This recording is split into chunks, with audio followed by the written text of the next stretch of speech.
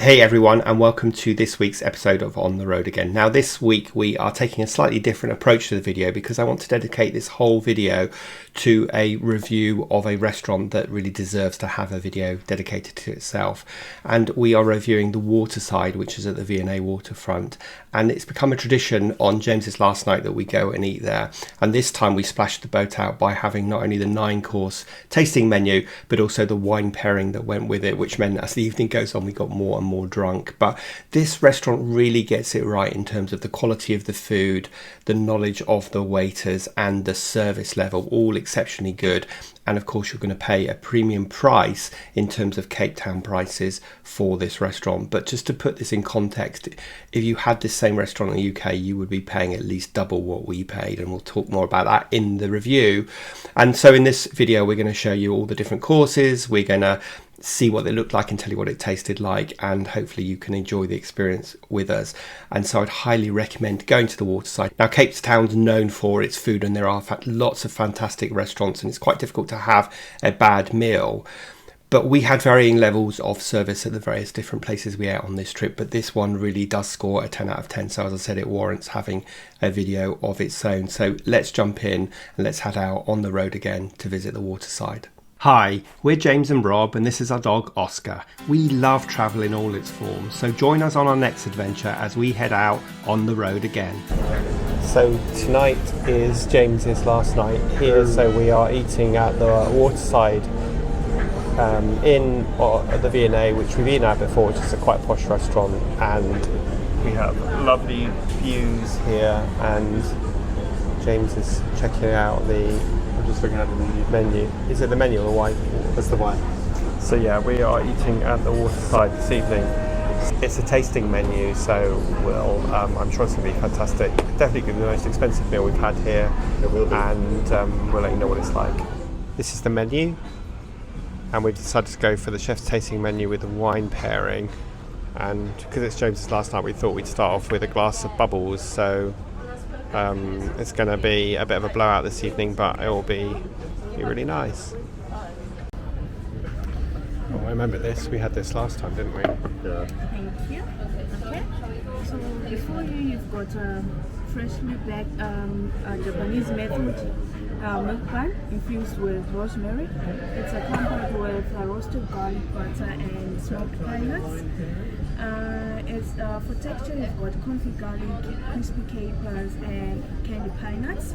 On the side, you've got onion and pepper VH, and then it's finished off with rosemary oil. And then here we've got chicken liver buffet. It's served with 3 different puree. The red one is the rhubarb butter for a touch of sweetness. The brown one is the Jerusalem artichoke puree for savory. And then the green one is sauce of verde for freshness. Okay. And then finished off with pickled rhubarb and pickled mustard seeds. Nice. Wow. And then lastly we've got our beef tartare. So it's an odd cracker on the bottom. It's got beef tartare in kimchi dressing, topped up with beef tatiki, and then topped up with sesame pickled daikon, and finished off with crispy spring onion. Well done for remembering all of that. Yes. So the chef recommends you break your bun with your button knife on the right and the side plate in front of you. You spread this to spread. Once you're done with the bread, you finish with this as the last bite. Perfect. Okay. Thank you. Enjoy. Thank you. so much. I expect this kind of food when I get home.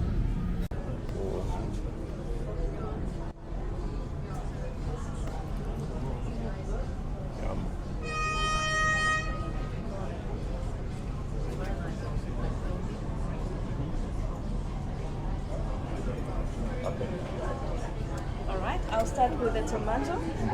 So it's acid tomato. It consists of 3 different types of tomato. You've got pickled tomato, you've got semi-dried tomato, and you've got charred tomato. Okay. It's served with za'atar crumbs, with baba ganache, smoked lebne, and then it's finished off with a shatter yogurt dressing.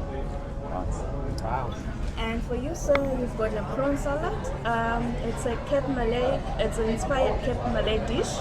Okay, so it's a prawn tartar tossed in jalapeno dressing with some charred cucumber, Corella crumbs, and curried papadum for some texture. To sweeten up the dish, you've got a pickled apricot puree and you've got pickled sultanas. And then it's also finished off with a shatter yogurt dressing. The shatter yogurt dressing is jalapeno, cumin, coriander, and yogurt. Wow. Enjoy. Thank you. That's Thai broth, which is the star of the show for sure, and has little dollops of lime leaf oil.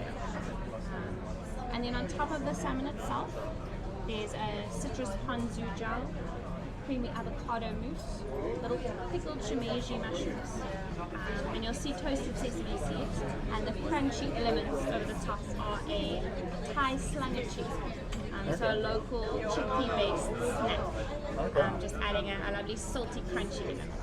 I've got to say how impressed I am with the staff's knowledge of the wine and the food as well. They certainly do a good job at sort of selling it to you. So again, it looks very intricately, I think I'm a bit drunk, intricately presented. Hopefully it tastes so far so good. Cauliflower risotto. Underneath the risotto, we've got a salsa verde for freshness to balance the richness in the risotto. Here I present the beautiful pork belly. So we have a pork belly which has been confit for 8 hours, which has been glazed in parsley. Accompanying our pork belly is a miso scallops, just like this here, and a miso aubergine. To pair with that, we have corn in 3 ways. We have fresh corn, a sweet corn puree, and baby corn fondant. You can notice the crunchy element in a peanut. The passion fruit glaze, so just to refresh you before our main course. Thank you. James drinking red wine, which he really doesn't like. This is quite a full-bodied red wine as well, but it's to go with the beef.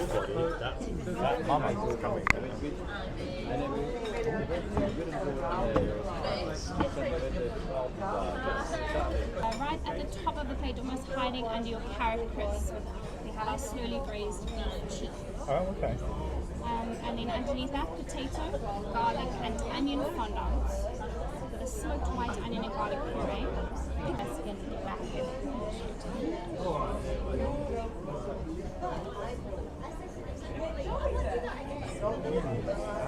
Cheese, which is like a very creamy and soft. And then we move on to our brewing class, which is from our Greyton area. It's a 3 to 6 month semi-hard cheese. And lastly, we finished off with our Dalewood Blue Camembert, which is also soft and creamy. And it's just got very rich tones because it's from the Klapsmoot region, close to the Franschhoek.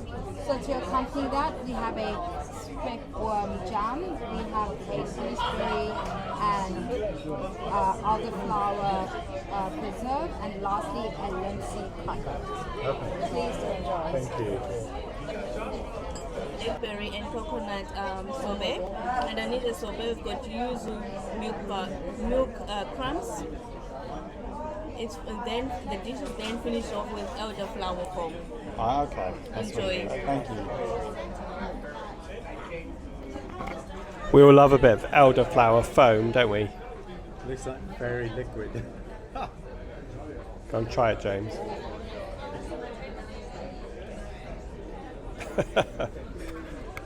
So to finish the meal, we've got some bonbons. Tell us what they are, James. Your testicles and your spectacles. They do look like eyeballs. I think they're raspberry That's milk something, chocolate, and that's sea salt caramel. sea salt and caramel. And we're quite drunk. Such a great meal and such a great way for James to end his trip. I would highly recommend a visit to the Waterside at the V&A. Now, in next week's video, we're going to take you around a couple of markets, including the old Biscuit Mill and Oranjatad Market near the V&A. We'll tell you what it's like. We'll tell you when the best time to go is, some of the things that you can buy and do there, and indeed whether it's even worth visiting. So we'll see you next week as we head out on the road again.